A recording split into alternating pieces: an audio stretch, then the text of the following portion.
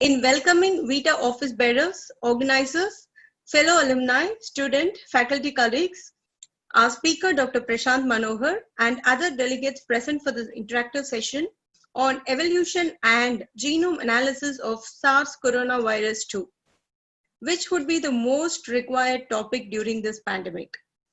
Our speaker for this evening, Dr. Prasanth Manohar, is a doctoral scientist at Zhejiang University, University of Edinburgh Institute, International Campus, Haining, China, and also a research fellow at the second affiliated hospital, School of Medicine, Zhejiang University, Hangzhou, China. He is a co-founder of Superbug Team, USA, India, which is manufacturing phage therapy products. He was awarded a PhD degree at the School of Biosciences and Technology, VIT Vellore. His area of expertise includes, but not limited to antimicrobial resistance, mechanism of resistance in gram-negative bacterial pathogens, bacteriophage biology, phage therapy, and phage license. He is one of the very few scientists who started to use waxworms as a model organism to study the efficacy of phage treatment. He was awarded Young Scientist Award 2016 from European Union's InnoIndigo projects. In 2018, he was also conferred with Senior Research Fellowship from CSIR Government of India. The 30th conference organized by European Society of Clinical Microbiology and Infectious Diseases at Paris in April 2020 selected him as one of the extraordinary young scientists. At present, he is working as an institute postdoctoral fellow and research fellow. He is a member of various international microbiology and virology societies. He has authored more than 30 research and review publications in reputed international journals and holds an Indian patent for bacteriophage lyophilization. He is also serving as a phage scientist and scientific advisor for Superbug Team USA India. Without further delay, I take the privilege in inviting Dr. Prasanth Manohar to deliver his talk. Over to you, Prasanth. Thank you, ma'am. Thank you for this brief introduction. So, good afternoon, everyone. Myself, Dr. Prasanth Manohar, an alumnus of VIT. I did my PhD in VIT Vellore, in the School of Biosciences and Technology from 2004. Yeah, under the guidance of Dr. N. Ramesh. At present, I am serving as a co-founder and phage scientist for a Superbug team. We started a Superbug team to produce phage-related products for curing bacterial infections caused by antibiotic-resistant bacteria, both in India and USA. At present, I am working as a postdoctoral scientist at Zhejiang University in School of Medicine, Zhejiang in China. So today I will be sharing and discussing evolution and genomic analysis of SARS-related coronavirus 2, and I will be also sharing my views about the evolution of these coronaviruses. So coming to the introduction, coronaviruses are known to cause infections in both mammals and birds. In humans, they cause severe respiratory tract infections. So these coronaviruses are enveloped viruses with a single-stranded positive sense RNA as their genome. And to date, these coronaviruses are one of the known largest RNA viruses identified, and most of the coronavirus carry a genome size between 27 to 34 kb, and this SARS-CoV-2, a new coronavirus which causes a recent pandemic, has a genome size of around 29 kb. So there is a lot of confusion about these terms called SARS-CoV-2 and COVID-19. SARS-CoV-2 is a virus name which causes this COVID-19 disease. SARS stands for a severe acute respiratory syndrome related coronavirus 2. The first outbreak from this family of virus came in 2002, which is called SARS-CoV. So the disease caused by this SARS-CoV-2 is called COVID-19. COVID stands for coronavirus disease 19, the year in which this disease was identified in Wuhan in China. So this human coronaviruses was first identified in 1965, which causes common cold in humans. So based on their shape, which looks like crown-like appearance, they were named as coronaviruses. So up to date, 7 coronaviruses had been identified to infect humans, and this yellow box shows all the 7 coronaviruses identified up to date that are known to cause infections in humans. And most of these coronaviruses have bat as their host, and I will talk about this later. So the first 4, which are marked in blue color, which causes mild infections in humans, and the bottom 3, which are marked in red, which causes a very serious infections in humans, which are related to respiratory diseases. So MERS, Middle East Respiratory Syndrome, was virus which had an outbreak in 2012 in Saudi Arabia, and the other 2 are SARS-related coronaviruses which causes uh, respiratory tract infections. So coming to the origin and evolution of this coronaviruses, taxonomy, these all coronaviruses belonging to the order of nidovirus, and they belong to the family Coronaviridae and the subfamily of Coronavirinae, and they have differentiated this coronaviruses into 4 different genus: alpha, beta, delta, and gamma. And all these coronaviruses that causes serious infections comes under beta coronavirus genus. So coming to the phylogenetic relationship of this all coronaviruses, the ones at the left side of my slide, which are marked in black, are the ones which causes mild infections in humans, and the ones at the right side, that is marked in black, red and green, are known to cause some serious infections in humans. Not all identified coronavirus up to date are known to have bat origin. The ones which are marked at the bottom, which is in blue color, do not have bats as their host. They are known to originate from rats or mice. All other coronaviruses belonging to beta coronavirus family are known to originate from bats. So coming to this beta coronavirus lineage B and C, beta coronavirus belonging to the lineage B are always known to have a bat origin, which has identified to have a zoonotic transfer mostly in the cats, and then it is known to translate to humans, which causes SARS-related infections. Coming to the beta coronavirus of lineage C, are known to have origin from the bat, and they are known to have a zoonotic transfer either in horseshoe bats or in mammals. Then they are known to infect humans. The very common camel-related virus is MERS virus, which is causing serious infections up to date. And this SARS-CoV, SARS-related coronaviruses are known to cause acute respiratory distress syndrome, which is called as ARDS. And this MERS-related coronavirus are known to cause gastrointestinal symptoms or gastrointestinal tract infections. So coming to the evolution of this coronavirus genome, looking into the organization and evolution of this coronavirus genome, you can see at the top, the first identified coronavirus 229E, human coronavirus 229E, is found to have a very short or very simple genome architecture. So the ones marked in the green and the yellow are very common structural and non-structural proteins that are belonging to all the coronaviruses. For example, ORF1A, ORF1B, and other structural proteins are very common for all the other identified coronaviruses. The very interesting thing to note here is how this genome of this coronavirus has evolved up to date. So there are a lot of news going on about how these coronaviruses are mutating or evolving within humans or in animals. You can see how this genome got evolved by the year, almost by 50 years now. Another very peculiar thing about this coronavirus genome is this war of 8.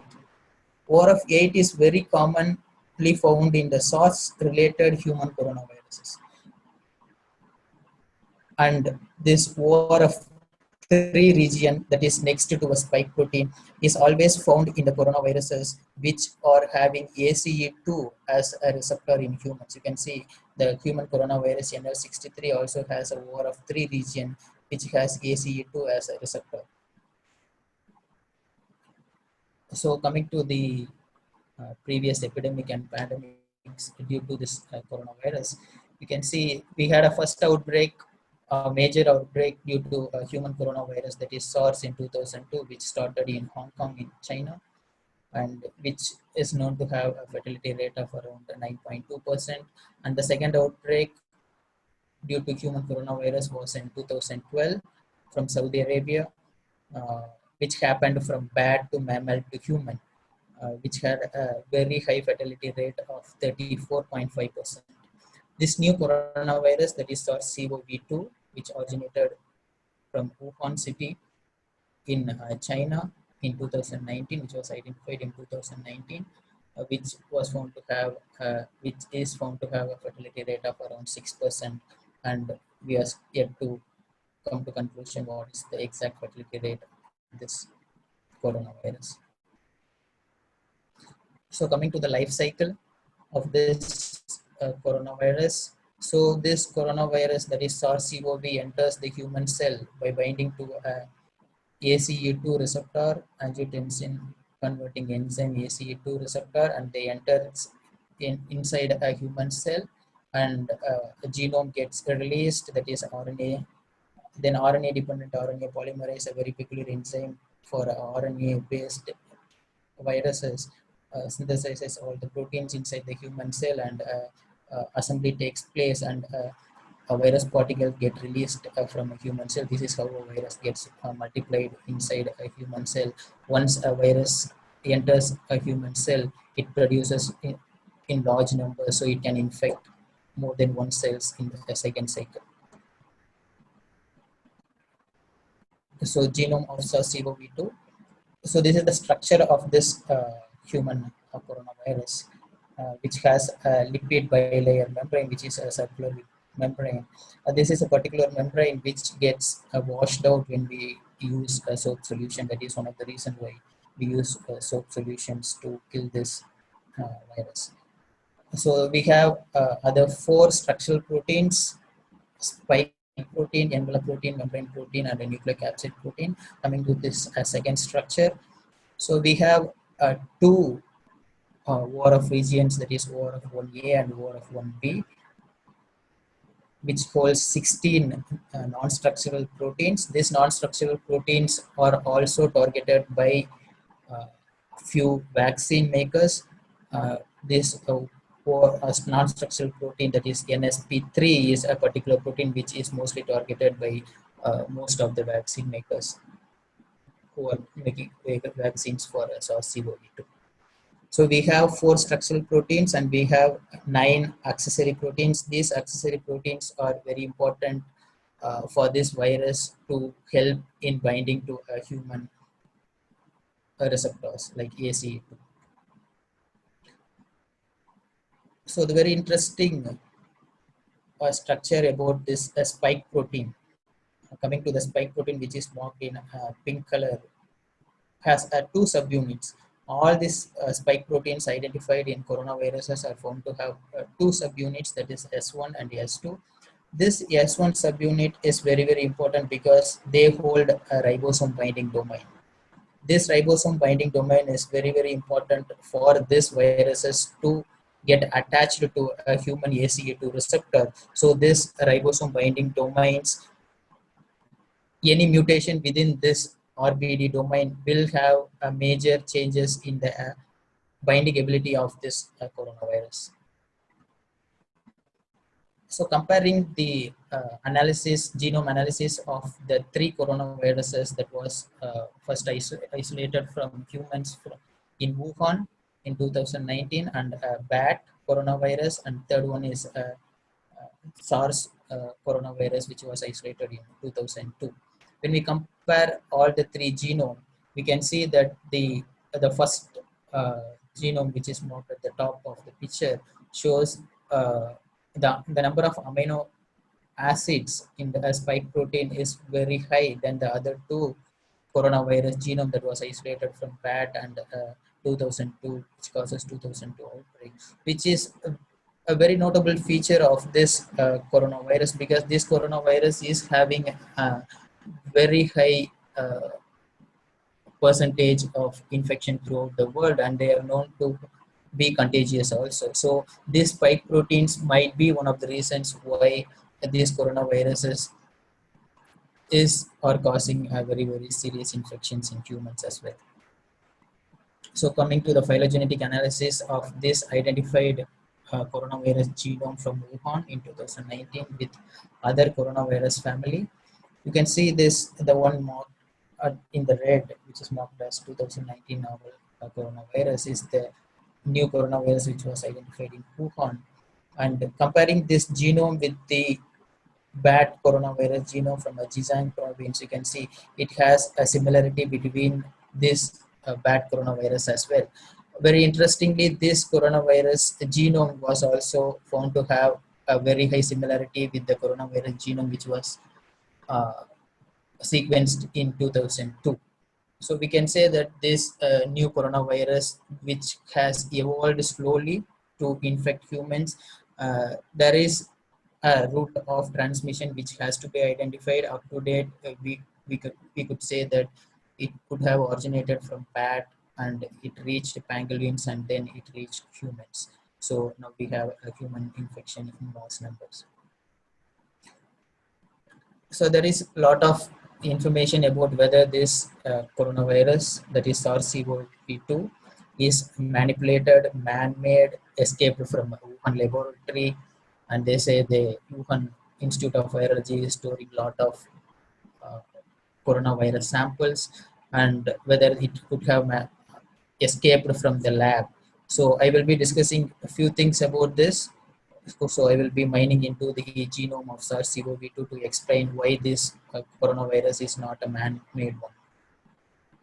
So there are two notable features about this coronavirus. One is the binding ability of this coronavirus to the human ACE2 receptor, where we can find some changes in the amino acid sequences.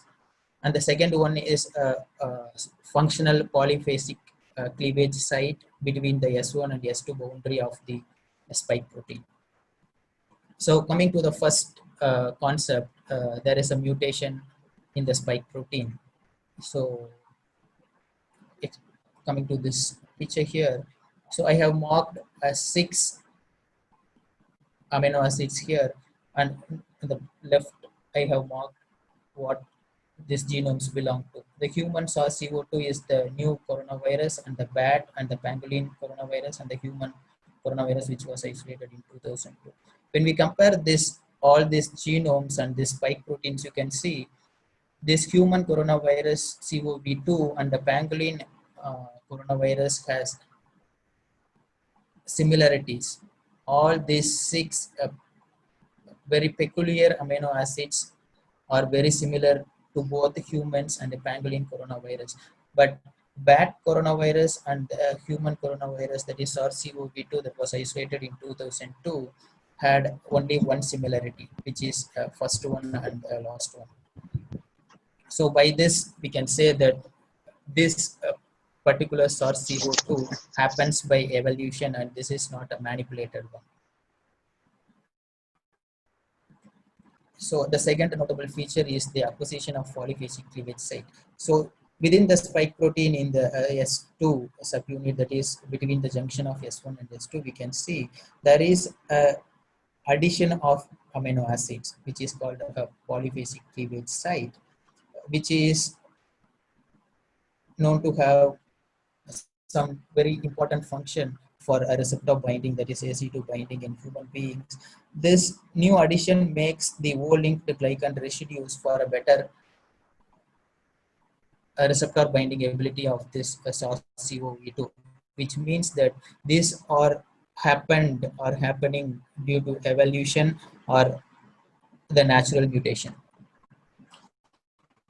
So taking this concept into the evolutionary mechanisms based on the phylogenetic tree, we can say that the human coronavirus SARS-CoV-2 has similarity with a bat coronavirus, because bat is a host of all the coronaviruses, which can be compared with a pangolin coronavirus. So we can say both humans and bat has a similar coronavirus which can be compared with pangolins. But when studying the genome of this SARS-CoV-2, we can come to a conclusion that both human and pangolin coronavirus have a similarity, which means that a coronavirus could have originated from bat and it could have reached pangolins, and there might be some evolution happened inside a pangolin, then it reached humans, then we had a major outbreak in Wuhan city. So this is how this might have happened based on the spike protein mutations. Coming to the third concept of polyphagic cleavage site,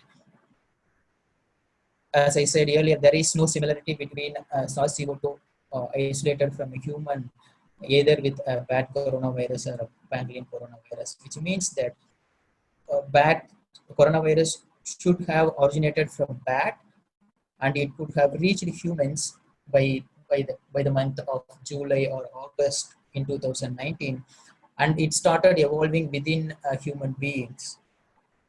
So as it evolved for 2 to 3 months, they found a way to infect a human cell, that is to bind to the ACE2 receptor. So after September or November 2019, we could have identified this virus to get infected inside a humans. This is how this coronavirus might have originated. This is one of the theories which is approved up to date. There is no alternative theories to disprove this particular concept. So it is improbable that SARS-CoV-2 emerged to laboratory manipulation. As I said, there is no notable features to note that this coronavirus has been manipulated. All these amino acid mutations and polyphagic cleavage site insertions are a natural process that evolved in the coronavirus itself. So another important thing to note here is these viruses are not leaked from any lab, because this O-linked glycans, which I explained in polyphasic cleavage site, this can happen only in the presence of an immune system. It can't happen inside a cell culture lab. So this coronavirus should have evolved within a living species. So it could be either a pangolin or a human being itself. So based on this, we have two scenarios now. One is a natural selection in an animal host before zoonotic transfer, and natural selection in humans following the zoonotic transfer. So coming to this, so coronavirus from the bat could have reached pangolins, then to humans. So from the bat, they don't have ability to bind to ACE2 receptor, because ACE2 receptor are very common in mammals. So after transferring to pangolins, they could have evolved and found a way to bind to ACE2 receptor. Once they found a way to bind to ACE2 receptor, they have jumped to humans to infect human beings. The second concept is from the bat, the virus could have jumped to humans, evolved within the human being, that is natural selection could have occurred within the human being before a virus could have infected and killed a human being.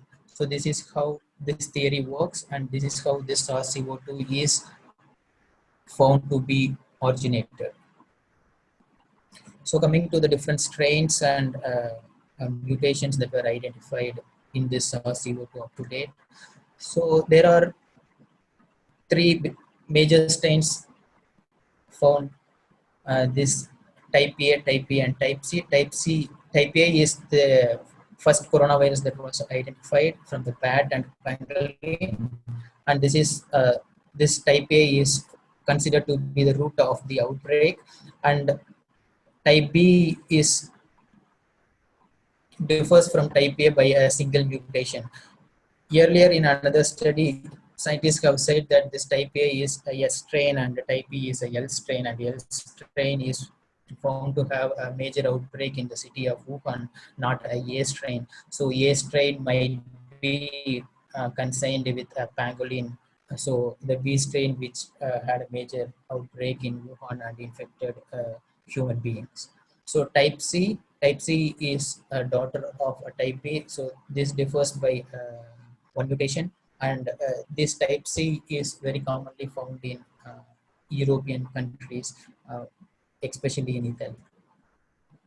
So this is a complete epidemiological study done by Cambridge University to see how this different strains spreads through the world.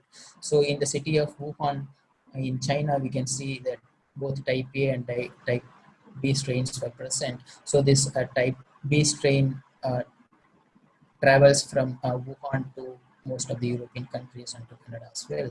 But a type A strain travels to Australia and mostly in USA. The first patient from Seattle, I think it is in Seattle, infection happened from Wuhan to Seattle patient who travels from Wuhan to Seattle. So type C is very common among European people, especially in Italy. So as per, I am doing some genomic analysis on SARS-CoV-2. So I could say that most of the Indian populations are infected with a type B strain. So this is to differentiate what are the mutation happening inside this SARS-CoV-2 genome. And you can see starting from the month of December, that is marked in blue, you can see what are the mutations or how many mutations that have happened within this viral genome, and none of these mutations are found to be decreasing the fatality rate. So up to March, you can see almost 25 to 30 mutations were found in this viral genome. So coming to the same epidemiological study by Foster and group from Cambridge University, and they said the very interesting report from the study is most of the strains are found throughout the globe. There is no particular strain that is confined to a particular country, which means that as we travel between countries, as transportation becomes very easy nowadays, we take different strains to different places so that this virus spread is happening very, very fast. So very peculiar study about this Cambridge report is they found a coronavirus genome from a Wuhan province, which is present in the further south of Wuhan city. This coronavirus genome has a very high similarity with a coronavirus genome that was isolated from a pangolins from a Yunnan province in China. If that is true, this coronavirus, that is SARS-CoV-2, might have originated from a Yunnan province and traveled to Wuhan, and at the city of Wuhan we could able to find people getting infected. So this is how this could have happened, because there are a lot of theories about whether this coronavirus originated from pangolins or not. But if this Cambridge study is true, then we could say that this coronavirus might have originated from a different region, not exactly from Wuhan city. A single mutation was found in the spike protein of this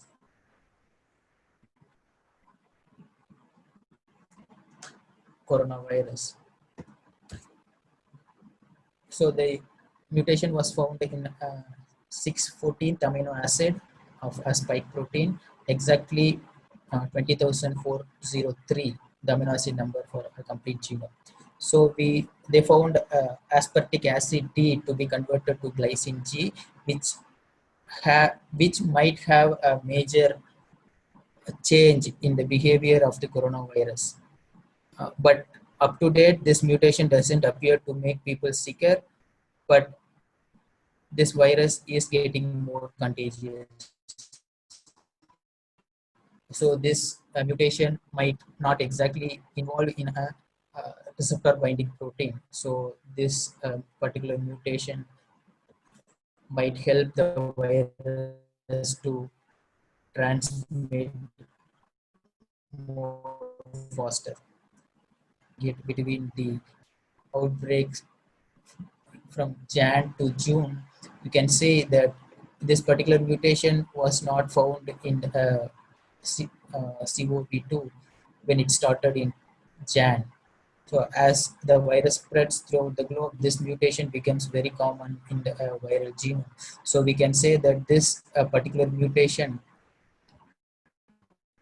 is one of the reasons why this virus is spreading very, very fast or becoming unstable. So coming to the genetic epidemiology in India. So in India, we did a very interesting study from IGIB in collaboration with CSIR and genomes. This particular study published had compared 213 genomes that was sequenced in India, and they found 4 clades in India, that is 4 different strains based on the mutations, and they were grouped into A2A, A3B, B4, and A3I.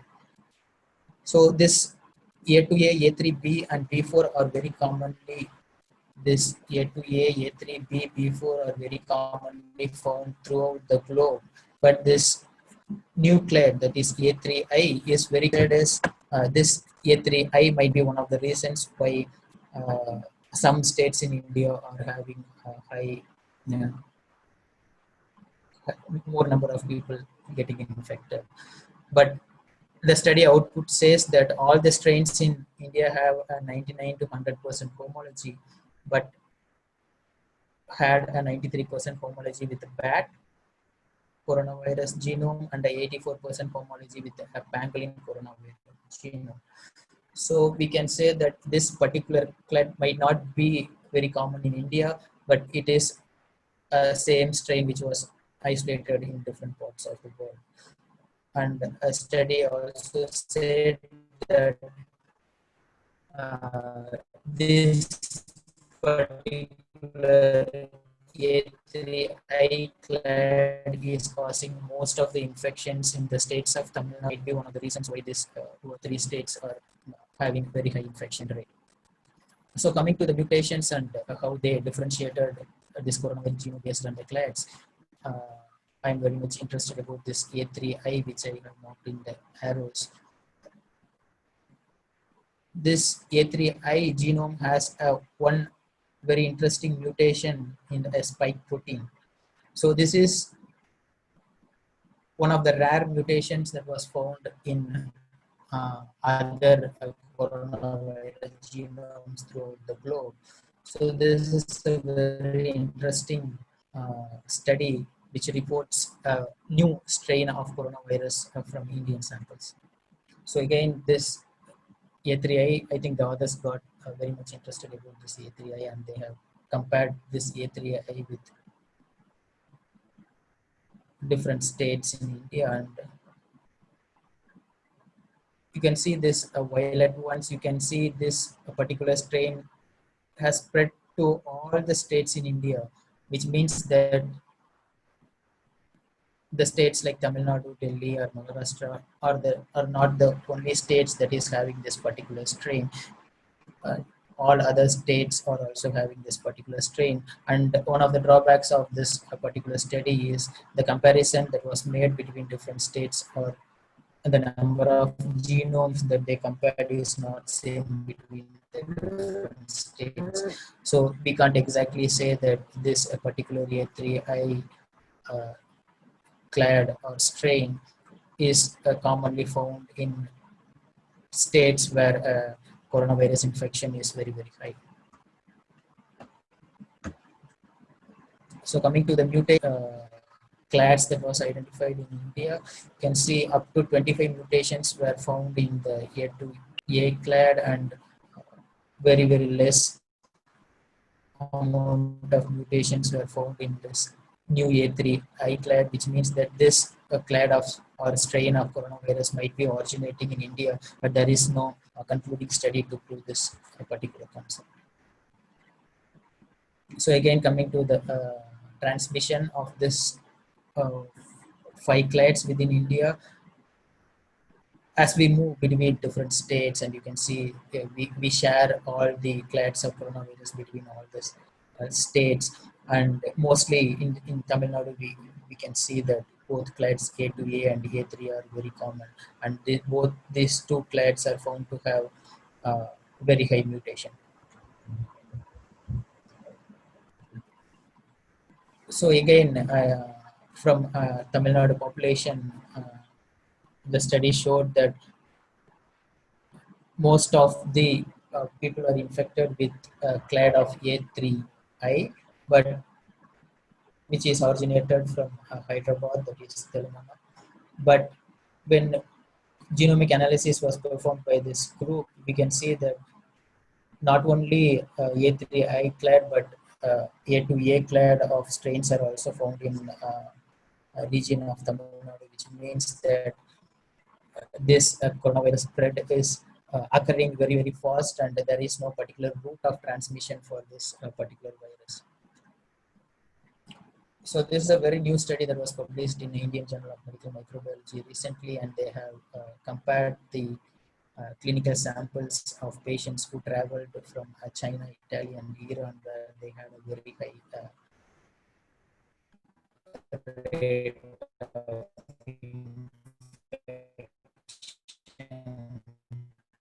and the ones which I have marked in red color arrows. Or this study clearly shows that the Indian samples were very commonly belonging to all the clades, and there is no particular clade of strain that was particularly identified in India. Whatever we have identified in India are the same strains that was infecting throughout the globe. There is no particular strain of virus which is belonging to an Indian population or evolved within an Indian population. So this is a Genopedia which used to study all this phylogenetic analysis. So coming to the vaccines for COVID-19, which is a very interesting topic at this point of time. So there are 5 different types of vaccines which can be developed. One is DNA or RNA based vaccines, and they teach the immune system to target the key viral proteins such as spike proteins. And Moderna and Inovio, and I think Joint from India is also working on DNA based coronavirus vaccine. The other one is a live attenuated vaccines. It is a very common vaccines. So these are heat kill viruses which will be inducing an immune response in humans. Sinovac is a particular company which particularly works on inactivated vaccines. A very famous vaccine is polio. This inactivated vaccine, Bharat Biotech is working on inactivated vaccines for SARS-CoV-2. So another one is the subunit-based vaccines, where virus subunits are used to induce an immune system. So other one is viral vectors. So where a virus, how long it takes for a vaccine to, whatever I have marked in the reds are the ones which I will be explaining. Influenza virus. Influenza had a major outbreak in 1939, and we had a vaccine in 2004. That is a concluding vaccine we had in 2004. And for tuberculosis, we are still working on a vaccine. BCG is a very famous vaccine which is used in the Indian population. And polio, the infection started in 1908, and we had a polio drop or polio vaccine by 1955. So it took around pox. It started in 1953, and we had a vaccine in 1995, and we also have a booster dose now. So hepatitis started in 1965. So we have a hepatitis vaccine now, and the vaccine came out in 1981. So it took around 20 years for vaccine to come out. So we are still working on AIDS or HIV vaccine from 1983. We are yet to come out with a vaccine for HIV. So this is a realistic time how long a vaccine will take. So this is a process of vaccine development. So basic research starts in the lab. So the candidate selection and coming to the clinical trial, we have a 4 phase of clinical trials. So phase 1 includes the safety studies in healthy humans, mostly efficacy done on the target population. Mostly 1,000 to 3,000 volunteers are involved in phase 3 studies. During all these phases, there are a lot of works to be done in between. So this clinical trial process is not very easy. So we have to plan for a clinical trial. Then we have to take the patients, that is volunteers, healthy volunteers for phase 1 and phase 2 clinical trial. Then we have to go for ethical committee clearance. Then we have patient approval forms. Then we go for site startup in the hospital where patients will be added in. Then we go for screening and enrollment of the patients where a mutual consent form will be given to a patient to sign, and we have to collect data and we have to analyze data. Then only a single clinical trial will get over by the end of a data analysis. So clinical trial phases are not very easy. So it takes lot of time and manpower to complete this. Then even after completing the clinical trials, different phases of clinical trials, then we have a regulatory review. Then we have a product launch. Product launch is where a scale-up process takes place. Mostly companies will do. In a clinical trial process, if a company is saying that I have that particular drug for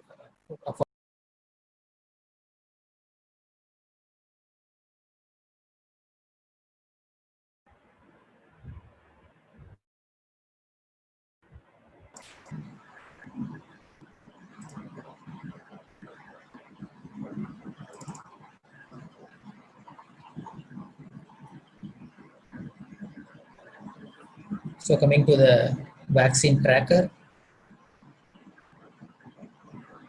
Hello. Yes, it's visible now.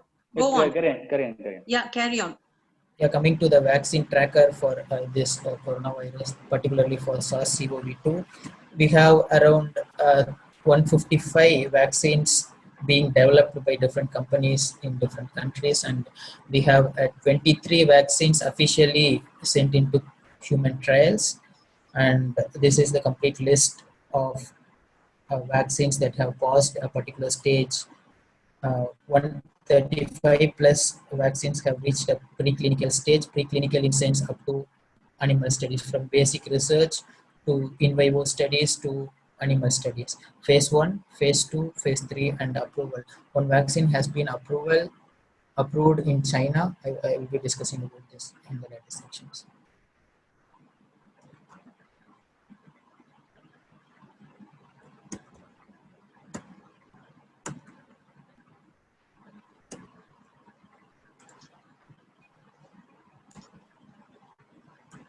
So these are some of the companies that are doing preclinical studies. So most of these companies belong to USA. So most of the companies are doing both phase 1 and phase 2 clinical trials at the same time to rush up the vaccine production. So the two well-known companies in India are Zydus and Bharat Biotech.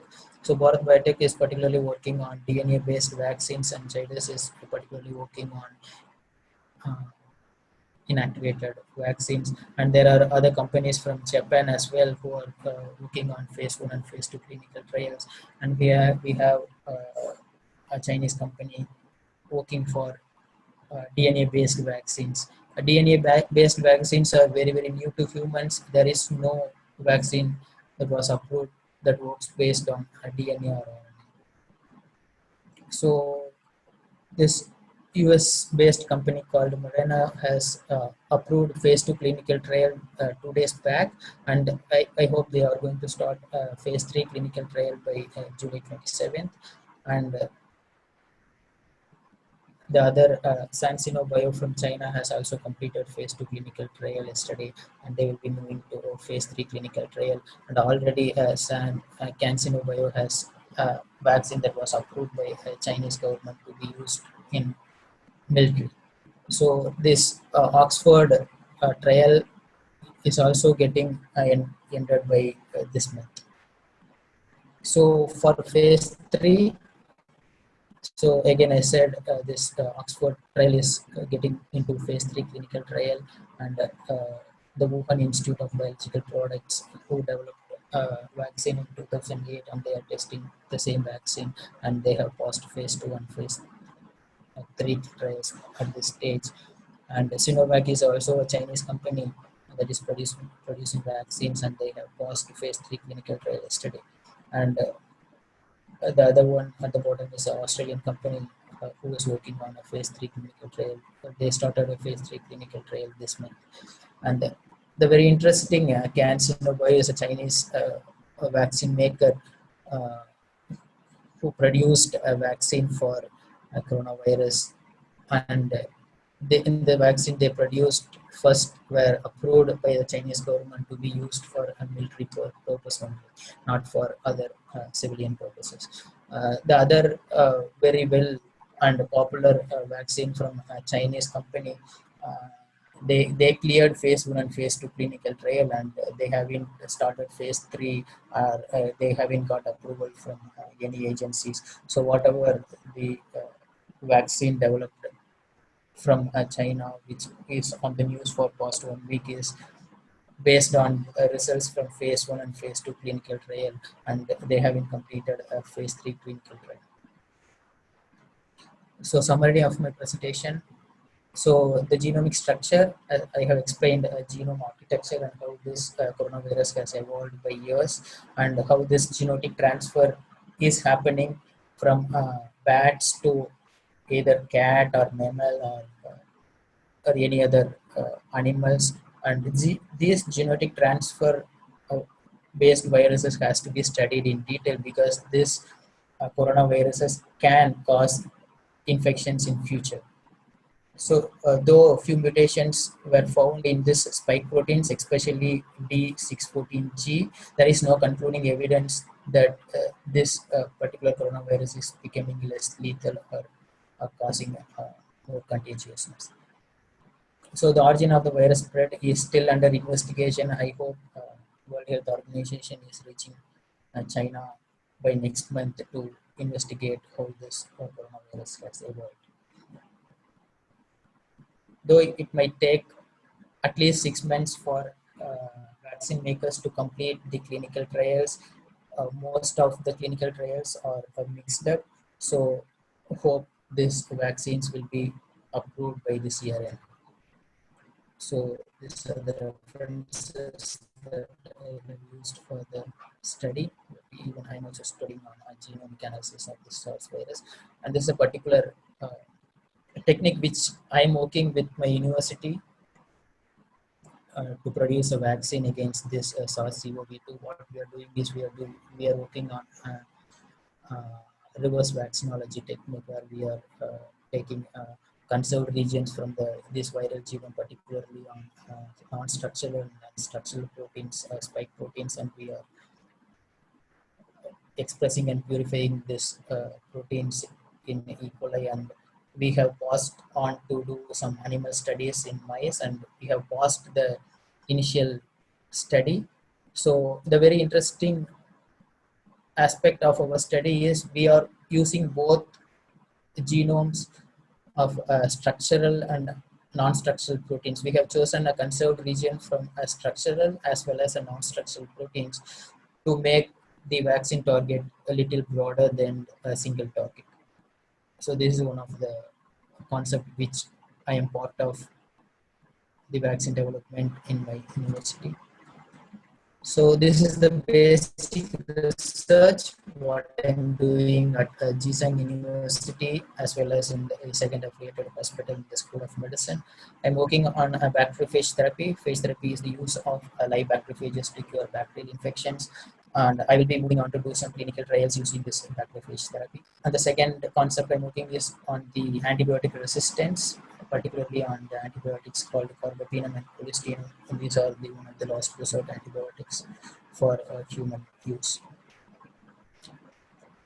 Thank you for your attention, and I would like to thank VIT Alumni Association, VIT management, and VIT faculties for arranging this wonderful meet, and I thank all other participants as well. Thank you so much. We are very glad to have your presentation today. And now the session is open for discussion. Participants with any queries, you can type it in the chat box, which can be discussed now. Yeah, Dr. Prashad, I have a question. I am Anand from Biotechnology, Anand Premrajan. Yes, Hello. sir. Yes, sir. Sir, this virus, if why can't we produce a novel virus using viral transduction? If we infect the same animal with various viruses, they will exchange the genome, right? And when the genome is exchanged, we can always get a novel virus, and it can be used as a bioweapon. I used to teach this subject biosafety and bioweapons. So if you have, because you are working with the viruses, so like stealth virus which was developed long back to jeopardize the plant's genome, like that, why can't this virus, as you have said, basically the virus will survive only in the living organism. So definitely it cannot be manipulated outside the body. But if you infect the same organism with various viruses, the genome will be exchanged, and why can't you produce a very harmful virus? So looks like a very interesting concept, but we have to work on that. I'm Because not in well aware of this 1998, I did a small assignment in my cell biology class on virus transduction. So in that one, I read a small experiment where various viruses are infected in the same animal, and then that will produce a novel virus. And so why it can't be in 1998 and this is 2020, right? So that's gone long ago, this thing. So why Yeah, such thing cannot be done?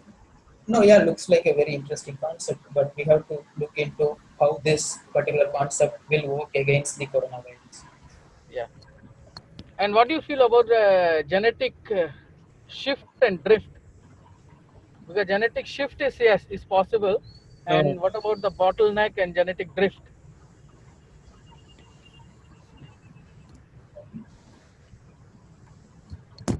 So, Hello. yeah, Yeah, Good afternoon. yeah, because you are Good talking with afternoon. the genome, we are talking about the genome. So when we study the population genetics, now if there's a genetic drift, so that is because of some novel. Why can't we apply that principle here in our coronaviruses? yeah, it can be applied, but I am very much interested to study the positive selection and how this coronavirus is getting evolved. And even in my team, my most of my work is based on Okay, yes, genomic yes, yes. I just mutations within this yeah. genome. So I haven't worked on the other concepts. Mm-hmm. I'm particularly working on genome mutations and how these viruses are getting evolved and what are the different strains that are being identified in different countries. Okay. Thank you, Dr. Prasad. Yeah. Hello. Hello, sir. Good Yeah. afternoon. Yeah. Good afternoon. Yeah. My question is that the S protein of SARS-CoV Yeah. and SARS-CoV-1, the S protein, we have the S protein, Yeah. the L protein. The S protein of SARS-CoV-1 and SARS-CoV-2 are responsible for the viral entry of this cell membrane of this so-called virus.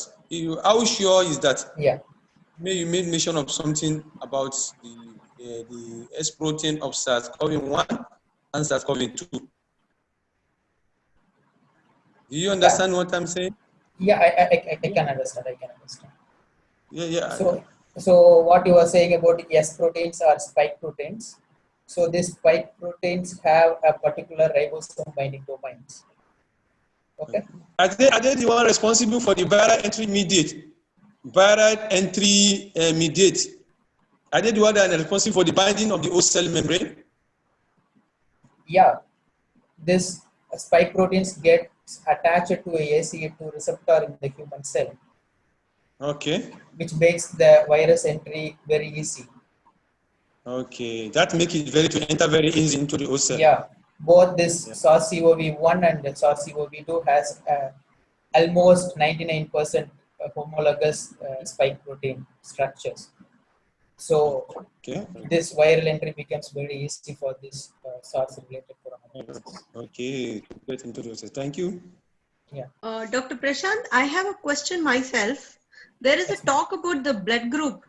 Few blood group has got more chance of getting this COVID.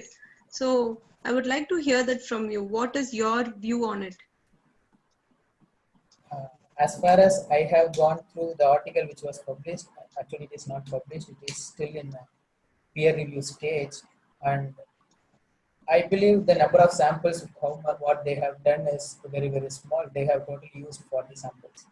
I think the sample numbers are very, very less when considering a pandemic throughout the world. So they might have compared with more than 1,000 samples or more than 5,000 samples to conclude that this particular blood group is having higher immunity than the others. So this is not a concluding concept, according to my knowledge. Okay, right. I think the questions are all. Huh? Is there any other question from the... Yeah. I have another question, please. Yeah, welcome. Yeah. Regarding to the mutation points, you made mention of something about the mutation points of COVID-2, SARS-CoV-2. Did they share the same similarity with that of COVID-1, SARS-CoV-1? Yeah. The mutation points of SARS-CoV-2, did they share the same similarity with that of SARS-CoV-1? Yeah, whatever the mutations that have been identified in SARS-CoV-2 after a pandemic will not be identified in a SARS-CoV-1 because evolution doesn't happen that way. Okay. But both SARS-CoV-1 and SARS-CoV-2 share 73% homologous genome structures. Okay, they are homologous, they are okay functions. Yeah. Okay, various. Okay, yeah, thank you. That is what I wanted to understand. I'm very, very grateful for this clarity. I'm very, very grateful. Thank you. Thank you so much. So the topic discussed today is something that is of entire world's interest now. And thank you so much from the team VIT, which will include all the VITA members. It's a big thanks from everyone.